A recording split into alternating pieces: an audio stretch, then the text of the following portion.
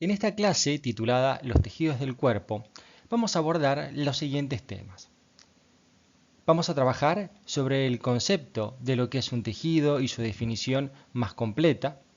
Vamos a listarlos y clasificarlos a estos tejidos, como asimismo también veremos el modo de estudiar y abordar a los diferentes tejidos y también vamos a ver el modo de estudio y el abordaje de estos tejidos cuando ya se transforman en órganos. Inicialmente, vamos a revisar la definición de un tejido.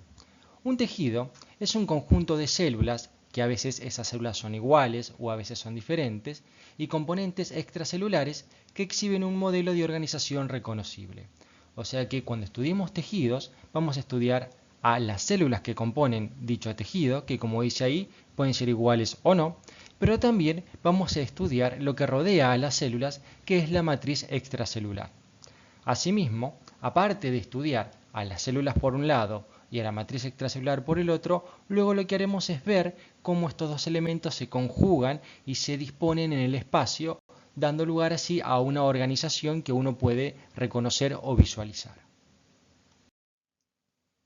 Siguiendo con esta misma definición, acá tenemos un esquema que nos permite un poco analizar y profundizar respecto de la definición dada en la pantalla anterior. Decíamos que un tejido es un conjunto de células que a veces son iguales y a veces son diferentes.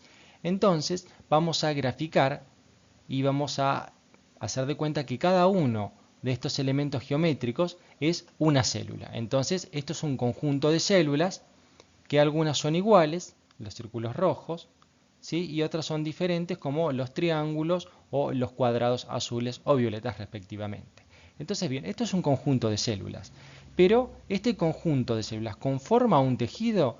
No, la verdad que no conforma un tejido porque este conjunto celular y que hay matriz entre ellos no configura una estructura en el espacio. Cuando yo ordeno estas células puedo obtener una organización de esta manera o puedo tener una organización de esta otra manera. Son organizaciones hipotéticas.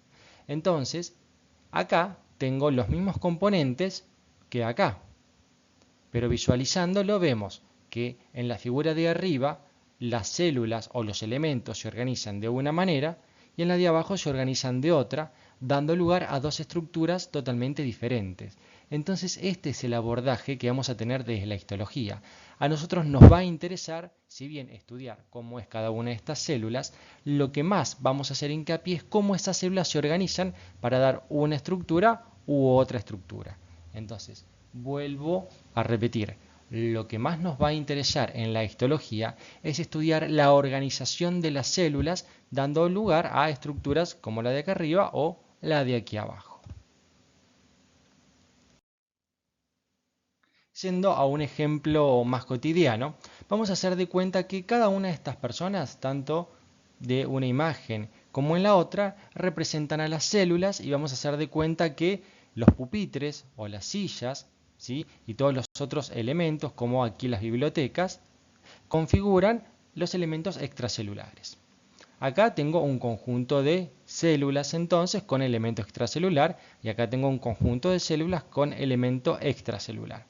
Acá se está organizando de una manera. ¿De qué manera se organizan las cosas? Se organizan, en este caso estamos viendo, en círculo. Entonces, cuando uno preguntaría qué es esta imagen o qué está representando o qué están haciendo estas personas, que nosotros les dijimos que éramos células, vamos a decir que tal vez esto es un grupo de autoayuda o un taller. En cambio, si nos preguntamos qué es esto, vamos a decir que es un aula de clases. Aquí los elementos son los mismos. Personas y pupitres, personas y pupitres. Nada más que la organización es diferente. Al organizarse y disponerse en el espacio de diferente manera este grupo que este grupo, vamos a decir que son cosas diferentes. Entonces, otra vez caemos en el concepto de que lo que nos interesa en histología es la organización de los elementos que componen a los tejidos. La organización de las células y la matriz extracelular es lo que va a diferenciar una situación de la otra, lo que va a diferenciar un tejido del otro. Entonces aquí estamos viendo ahora sí un ejemplo histológico. Esto es una microfotografía de un preparado teñido con hematocinina y eosina y visto en microscopio óptico, donde vemos que la organización celular en esta parte es totalmente diferente a la de esta parte de aquí abajo. Entonces de aquí a aquí se tratará de un tejido y de aquí a aquí se tratará de otro tejido, porque vemos que si bien las células aquí son diferentes que las de aquí, vemos que la organización es totalmente distinta. Vamos a ver, por ejemplo, el tejido de aquí arriba, que acá en el tejido de acá arriba estamos viendo que, por ejemplo, la célula de acá es diferente que la de acá y diferente que la de acá. Pero lo que vemos es que se organizan de la misma manera, todas una pegadita a la otra. Entonces, cuando vemos todo este grupo celular, que van cambiando su morfología desde la parte más baja a la parte más alta, estamos viendo que todas las células están muy juntitas. Diferente a lo que ocurre aquí abajo. Aquí veo que las células están más alejadas entre ellas y que no veo límites entre una y la otra. Entonces esto corresponderá a un tejido y esto corresponderá a otro tejido. Tengo células con diferentes morfologías, pero que se organizan de cierta manera. Estas se organizan todas juntas, lo que va a corresponder al tejido epitelial, y estas se organizan de una manera más separadas, donde veo que hay cosas entre las células, que ya vamos a ver más adelante qué son esos elementos, pero esto está configurando otro tejido que es el tejido conectivo propiamente dicho.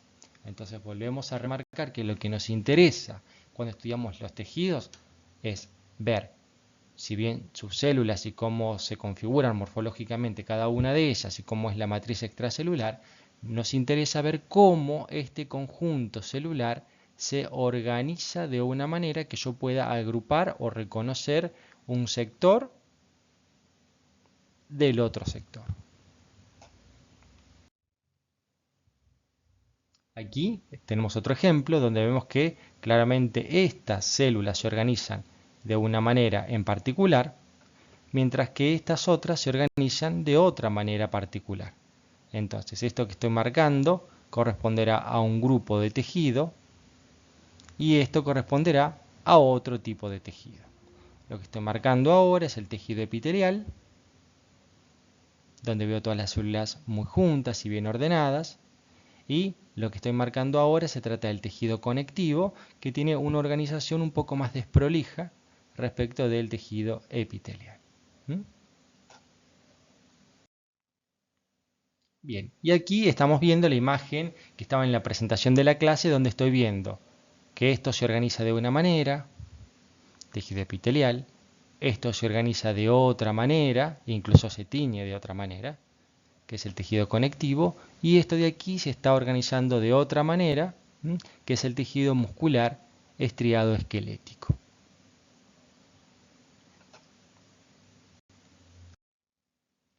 Bien, ahora vamos a pasar a hacer la clasificación de los tejidos. Una vez que ya sé que es un tejido, vamos a decir que existen 4 tejidos básicos y que a partir de esos 4 tejidos básicos es que yo voy a poder armar todos los órganos del cuerpo.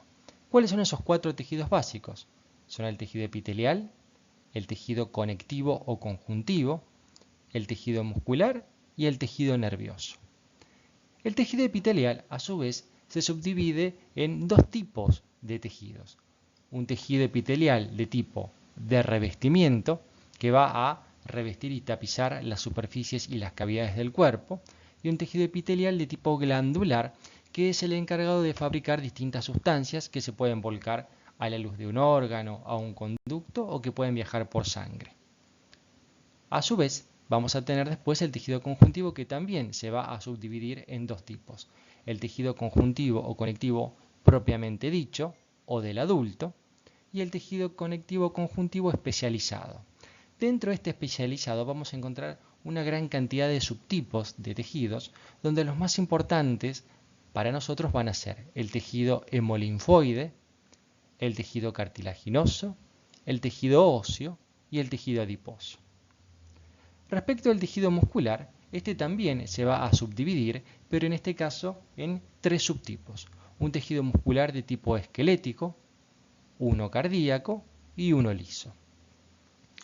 Y por último, respecto del tejido nervioso, vamos a poder hacer una subdivisión de sus componentes en cuanto a el tejido nervioso de tipo central y el tejido nervioso de tipo periférico. Entonces, con todos estos elementos, con todos estos tejidos, cuando los unamos y los organicemos entre ellos, vamos a poder dar lugar a todos los órganos del cuerpo humano. Bien, ¿cómo vamos a hacer para estudiar a los tejidos? Cuando uno quiere estudiar un órgano a nivel histológico, o sea, a nivel de sus tejidos, lo que debemos hacer primero es obtener la muestra, que esa muestra se puede obtener de un ser vivo, que eso se llamará biopsia, o de un ser muerto, que eso se llamará necropsia. Una vez que ya obtuve el tejido que quiero estudiar, o sea, el material que quiero estudiar, lo que voy a hacer es procesar ese material a través de la técnica histológica, lo cual nos ocupará una clase en especial, y obtendremos un preparado para poder ver al microscopio. Entonces, en histología nosotros utilizamos esta herramienta que es el microscopio, que puede ser un microscopio óptico, como el que está en la imagen, o un microscopio electrónico. El microscopio óptico tiene un poder resolutivo menor que el microscopio electrónico. El microscopio electrónico puede llegar a ver estructuras mucho más pequeñas. Nosotros en general, cuando estudiamos histología, vamos a estudiar estructuras que se pueden ver con el microscopio óptico. ¿Y qué estructuras vamos a ver? Bueno, por ejemplo, vamos a ver estas que tenemos aquí en la imagen. Por ejemplo, aquí estamos viendo un tejido conectivo, un tejido epitelial, uno muscular y uno nervioso. Entonces, todo lo que nosotros analicemos lo vamos a analizar bajo la lupa de los microscopios. Por tanto, el primer tema que vamos a ver posterior a esta clase introductoria de los tejidos es la técnica histológica para poder entender cómo a través de un material macroscópico puedo llegar a obtener estos preparados histológicos y analizarlos a nivel microscópico. ¿Cómo vamos a abordar o sistematizar el estudio de los tejidos? Si bien cada uno, por supuesto, tiene la libertad de abordar el estudio de la manera que consideren más apropiada, aquí les proponemos una manera en la cual sistematiza y ayuda a resumir los temas referentes a los tejidos y a los órganos, haciendo que los puntos más importantes no sean obviados o dejados de lado. Entonces, una manera que pueden utilizar para desarrollar el tema es a través de un cuadro en el cual vamos a poner tejido y aquí colocaremos el tejido que estudiaremos: epitelial, conectivo, muscular, nervioso. Cosas que no podemos dejar de olvidar cuando uno estudia un tejido. El origen embriológico. Respecto del origen embriológico, nosotros siempre vamos a hacer referencia a que los tejidos se van a originar a través de algunas de las 3 hojas embrionarias del embrión de la tercera semana gestacional. O sea que los tejidos van a salir del ectodermo, del mesodermo o del endodermo. Hay algunos tejidos que pueden salir de más de una capa embrionaria, entonces aquí en origen embrionario podremos colocar de qué hoja o de qué hojas embrionarias se originó ese tejido. Función general del tejido. ¿Qué función va a cumplir? Por ejemplo, el tejido epitelial va a formar glándulas, va a formar parte de algunos órganos sensitivos, va a revestir cavidades internas del cuerpo y a también revestir las superficies corporales. Por ejemplo, el tejido muscular se va a encargar de realizar movimientos, el tejido nervioso se va a encargar de generar impulsos nerviosos para controlar diferentes órganos a través de un metabolismo rápido. El tejido conectivo se va a encargar de conectar a los diferentes tejidos entre sí. Esto a nivel muy general. Obviamente, cada vez que veamos cada uno de los tejidos en particular, desarrollaremos mejor esa función general de cada tejido, pero es algo que no deben dejar de saber. La ubicación de los tejidos. Por supuesto, los tejidos están ampliamente distribuidos en el cuerpo humano, pero hay algunos tejidos que tienen una ubicación muy particular. Por tanto, siempre es recomendable recordar cuál es la ubicación principal de cada uno de los tejidos que vamos a estudiar. Una vez que ya sé cuál es el origen embriológico, la función general y la ubicación, vamos a ir a la parte más profunda o más sensible de los tejidos, que es estudiar sus componentes. Por un lado, tendré que saber qué células lo componen. Entonces, en este ejemplo del cuadro, por ejemplo, supuse célula 1, célula 2, célula 3. Hay tejidos que tienen nada más que 2 tipos de células, otros que tienen una, otras que tienen muchísimas. Entonces yo debo listar cada una de las células que componen ese tejido. De cada una de estas células yo voy a tener que estudiar la forma que tiene y la función particular que tiene esa célula. Una vez que ya estudié el componente celular, pasaré al componente de la matriz extracelular. Para estudiar la matriz extracelular yo debo saber qué elementos están formando parte de esa matriz. Aquí también, de manera hipotética, yo coloqué 3 elementos, elemento 1, 2 y 3, y de estos elementos, ¿qué es lo que tengo que saber? ¿Cuál es su estructura y qué función van a tener? Una vez que ya estudié las células y la matriz extracelular, tengo que estudiar la organización. ¿Qué sería la organización? ¿Cómo se conectan o cómo se relaciona esta célula con esta matriz? Esta organización es una organización de tipo morfológica, o sea, en la organización yo tengo que estudiar cómo se disponen en el espacio, que recordemos va a ser un espacio tridimensional, las células y la matriz, o sea, cómo esa célula y esa matriz se distribuyen a nivel estructural en el cuerpo humano. Una vez que ya estudié cómo se relacionan las células con la matriz, que eso es la organización, pasaré a la clasificación.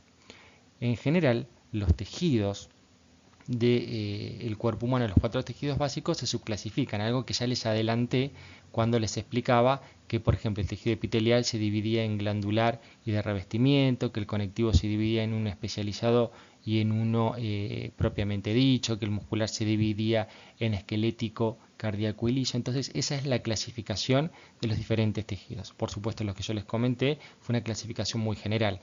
A su vez, esa subclasificación se vuelven a subclasificar. Entonces tendré que estudiar cómo cada uno de los tejidos particularmente se clasifica. Completando este cuadro y entendiéndolo, les va a quedar un resumen bastante prolijo y completo de cada uno de los tejidos. Entonces, por ejemplo, aquí tenemos el ejemplo de un tejido, que este es el tejido nervioso, donde por ejemplo yo acá tengo una célula, que es igual a esta, que es igual a esta, que es igual a esta, que son las neuronas, y después tengo células más pequeñas, que les adelanto que estas células se llaman células de la glía, que hay distintos tipos, por ejemplo, oligodendrocitos, células de Schwann, mastrocitos, ya los estudiaremos. Y aparte de tener estos elementos celulares que estamos marcando, voy a tener elementos extracelulares, como por ejemplo todo esto que estamos marcando aquí, que corresponderá a la matriz extracelular. Entonces yo tengo que estudiar cómo es esta neurona, cómo es a nivel morfológico, qué función cumple. Lo mismo para esta, para esta, para esta, para esta. Y una vez que ya estudié las células, voy a estudiar qué elemento es este que estoy marcando ahí, cómo se compone, quién lo fabrica, qué función tiene. Y una vez que ya estudié por separado cada uno de estos elementos, ¿sí? Lo que voy a tener que hacer es ponerlos en el espacio y ver cómo se relacionan espacialmente estas estructuras para poder comprender todo este tejido en su conjunto. Una vez que ya hayamos estudiado los tejidos, vamos a pasar a estudiar ¿qué cosa? Los órganos. Para estudiar los órganos también tenemos una manera o una sistematización que nos ayuda a no olvidarnos nada importante de cada uno de los órganos. Entonces, cuando estudiamos órganos, una manera que pueden hacerlo es hacer este cuadro, donde aquí colocaremos de qué órgano estamos hablando. Hablaremos del origen embriológico. Aquí en el origen embriológico también estaremos hablando de qué hoja embrionaria ha surgido y cómo fue cambiando a lo largo del tiempo, porque ya no son tejidos. Acá varios tejidos van a conformar un órgano. Por tanto, un órgano probablemente tenga un origen embriológico que involucre a más de una capa embrionaria y que involucre varios periodos en el tiempo de gestación. Una vez que ya estudié el origen embriológico, voy a tener que trabajar sobre la función general del órgano. Por decir algo, el corazón, ¿qué función tiene? La de bombear la sangre, a modo general. El estómago, la de realizar la digestión. El intestino delgado, realizar la absorción. Entonces, a modo general, uno aquí va a decir, bueno, qué función general va a tener ese órgano. Luego lo que tenemos que hacer es ubicarlo anatómicamente, en qué parte del cuerpo está ese órgano, y hacer una breve reseña de la morfología anatómica. En este punto quiero detenerme para hacer una aclaración. Nosotros, desde el punto de vista histológico, sí vamos a tener una noción general de anatomía, pero no una noción profunda. ¿Qué quiere decir esto? Por ejemplo, cuando queremos hablar de corazón, para seguir con el mismo órgano que habíamos nombrado antes, diremos, el corazón se ubica en el tórax, en la región media, o sea, en el mediastino, y se trata de un órgano de aproximadamente unos 10 a 15 centímetros de alto por 6-7 de profundidad, consta de 4 cavidades denominadas aurícula derecha, aurícula izquierda, ventrículo derecho, ventrículo izquierdo. Punto. No vamos a hacer más hincapié al respecto. Lo mismo que, por ejemplo, si hablamos de la tráquea, diremos, la tráquea es un órgano que se ubica en la región del cuello y el tórax, de aproximadamente unos 15-20 centímetros, y hacia arriba se comunica con la laringe y hacia abajo se comunica con los bronquios. Y nada más, una noción bastante general para poder ubicarnos. Pero eso es importante porque muchas veces cuando se pide desarrollar un tema, el desarrollo que hacen es un desarrollo anatómico y no histológico. Una vez hecha esa breve ubicación anatómica y reseña de la macroanatomía, iremos a ver si ese órgano se trata de un órgano hueco, o sea, si tiene una luz en su centro, o si es un órgano macizo. Si es un órgano hueco, como puede ser, por ejemplo, la tráquea, los órganos del tubo digestivo, el corazón, los vasos sanguíneos, ese órgano se va a organizar en capas. Y esas capas se van a estudiar de la luz hacia la periferia. ¿Qué es esto? Esos órganos huecos los voy a poder estudiar desde esa luz que contiene hacia la periferia del órgano, y los tejidos se van a ir organizando de una manera circunferencial, dando lugar a diferentes capas. Entonces aquí yo puse un ejemplo donde un órgano hipotético tiene 3 capas. Capa 1, capa 2, capa 3. Cada una de esas capas o túnicas van a recibir un nombre en especial. A su vez, esas capas o túnicas en general están compuestas por más de un tejido. Entonces, por ejemplo, cuando estudie a un órgano hueco y estudie la capa más interna, que aquí la llamamos capa 1, yo tendré que investigar qué tejidos lo componen. En este ejemplo lo componen 2 tejidos, el tejido A y el tejido B. Una vez que ya identifique qué tejido compone a esta capa, luego tendré que estudiar cuáles son las células y la matriz de cada uno de esos tejidos. Aquí vemos un ejemplo de un órgano hueco. Aquí vemos la luz del tejido. Entonces este órgano yo lo voy a tener que estudiar desde aquí para aquí afuera, o sea, de la luz hacia la periferia. Entonces estoy viendo que, por ejemplo, aquí tengo una capa de tejido donde, una capa estructural donde está compuesta por 2 tejidos. Después tengo otra capa que va de aquí hasta aquí, donde tengo otros tejidos que los componen, y otra capa de aquí hasta aquí afuera, que también vemos que está compuesto por diferentes tejidos. Este órgano es el esófago del cuerpo humano, entonces una vez que ya identifiqué las diferentes capas que lo componen, tendré que ir a estudiar cada uno de los tejidos. Entonces recordemos que los órganos huecos se van a estudiar de la luz hacia la periferia, los voy a organizar en capas, ¿sí? Y esas capas van a tener elementos tisulares, tejidos, y que cada tejido tendrá sus células y su matriz. Y voy a tener que recordar cuáles son esas células y esa matriz de los tejidos que inicialmente estudiamos. ¿Qué pasa con los órganos que no tienen luz, o sea, los órganos macizos? También vamos a tener un esquema bastante parecido.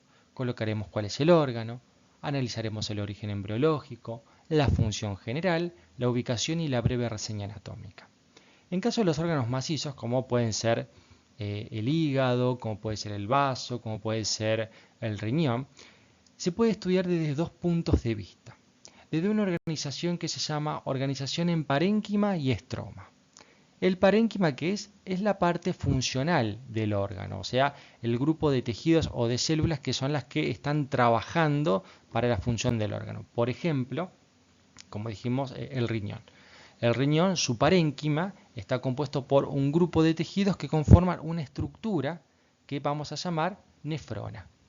La nefrona se la considera la unidad funcional y estructural del riñón. ¿Qué significa la unidad funcional o estructural? Es la unidad o elemento que está cumpliendo la función del riñón. ¿El riñón para qué sirve? Para filtrar sangre y generar la orina. ¿Qué parte del riñón filtra la sangre y genera la orina? Bueno, la nefrona. Entonces eso es el parénquima del órgano, esa unidad estructural o conjunto de tejidos. El otro elemento, aparte de tener el parénquima, es el estroma. ¿Qué es el estroma? Es lo que ayuda a que esta unidad estructural pueda funcionar. El estroma es la parte que le da el sostén mecánico al parénquima, que también va a estar compuesto por diferentes tejidos y que tendrán sus células y su matriz. En general, el estroma suele ser tejido conectivo. No en todos los órganos es así, pero en la gran mayoría sí. Entonces, en los órganos macizos, una manera de poder estudiar un órgano es a través de analizar su parénquima, que recordemos que era la parte funcional, que estaba compuesta por alguna estructura bien determinada y que esa estructura estaba compuesta por varios tejidos, y esta estructura va a tener un apoyo mecánico a través de algo que se denomina estroma, que también está compuesto por tejidos, y tengo que analizar cómo son las células y la matriz de este tejido de tipo estromal. Otra manera de estudiar a muchos de los tejidos macizos es a través de su organización en corteza y médula. En general, los órganos tienen una organización donde el centro del órgano se organiza de una manera diferente al de la periferia. La periferia del órgano entonces se va a llamar corteza, que va a tener una organización dada, y la médula suele estar en el centro y va a tener otra organización dada. Tanto en la corteza como en la médula yo puedo encontrar unidades estructurales bastante específicas o tejidos, y cada una de estas estructuras va a estar compuesta tanto por células como por matriz. Entonces, cuando estudio un órgano macizo lo puedo hacer así. Puedo estudiar y decir cómo es la periferia de ese órgano, que sería la corteza, y por último voy a describir cómo es el centro de ese órgano, que sería la médula. La mayor parte de los órganos macizos pueden estudiarse de esta manera, en corteza y médula.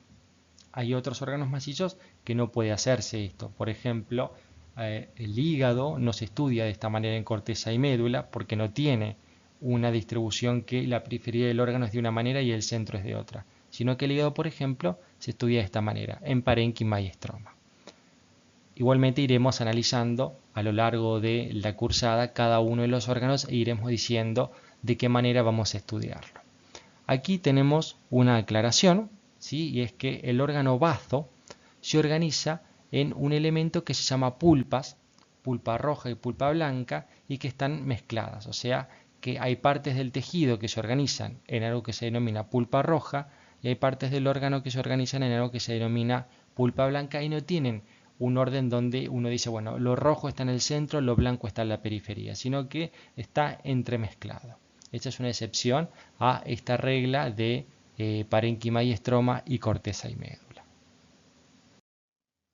Aquí, por ejemplo, estamos viendo una imagen que corresponde al hígado.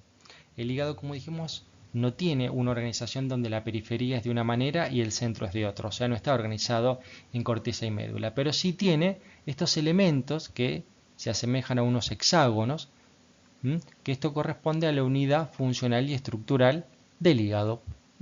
Entonces, esta unidad estructural, que en el caso del hígado se llama lobulillo hepático, va a tener esto, que es el parénquima, porque es la parte funcional del hígado, ¿sí? Y aquí va a haber diferentes células y tejidos que iremos analizando.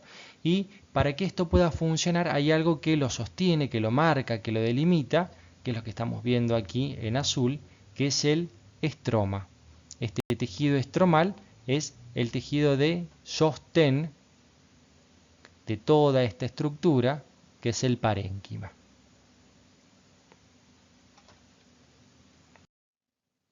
Aquí estamos viendo otro ejemplo. Este órgano se llama timo. En el timo sí tenemos una organización de corteza y médula. Acá claramente se puede ver que la periferia está organizada de una manera. Esto se denomina corteza del timo. Y el centro está organizado de otra manera. Esto se va a denominar médula del timo. Entonces este es un órgano macizo donde sí puedo analizar corteza y médula. Y en este ejemplo es la excepción que yo les había comentado, este es el órgano bazo, donde yo voy a tener una pulpa roja y una pulpa blanca. La pulpa roja es todo esto que estoy viendo con un tinte mayoritariamente colorado, ¿m? Y la pulpa blanca es esto que estoy viendo con un tinte mayoritariamente azul-violeta. Entonces acá estas pulpas rojas y blancas están organizadas o distribuidas de una manera al azar. Acá no tengo ni corteza ni médula y no tengo ni parénquima ni estroma. Como les dije, es una organización muy particular. Es así que hemos llegado al final de esta clase, que es muy corta, que es introductoria a los tejidos del cuerpo. Entonces, como resumen de esto, cabe remarcar que deben recordar la definición de lo que es un tejido, porque eso les va a permitir saber cómo abordar el tejido. Entonces recordemos que un tejido era un conjunto de células, iguales o no, más la matriz extracelular y que se organizan de una manera reconocible. De esa manera, cuando estudien un tejido van a tener que estudiar qué células componen ese tejido, cómo son morfológicamente, qué función cumple cada una de esas células, cómo es la matriz extracelular, qué estructuras hay en esa matriz y qué función cumplen. También vamos a tener que recordar el origen embriológico y la función general de ese tejido. A su vez vamos a tener que ver cómo todos esos elementos se organizan en el espacio y por último revisar si existe alguna clasificación de ese tejido. Una vez que terminemos de estudiar la histología general y comencemos a estudiar los órganos, debemos primeramente identificar si se trata de órganos huecos o macizos. Una vez que identifiquemos si se trata de órganos huecos o macizos, el hueco lo estudiaremos en capa, el macizo lo estudiaremos en estroma y parénquima o en corteza y médula. A su vez, tanto para los huecos como para los macizos debemos recordar su origen embriológico, su función general y la breve reseña anatómica y funcional.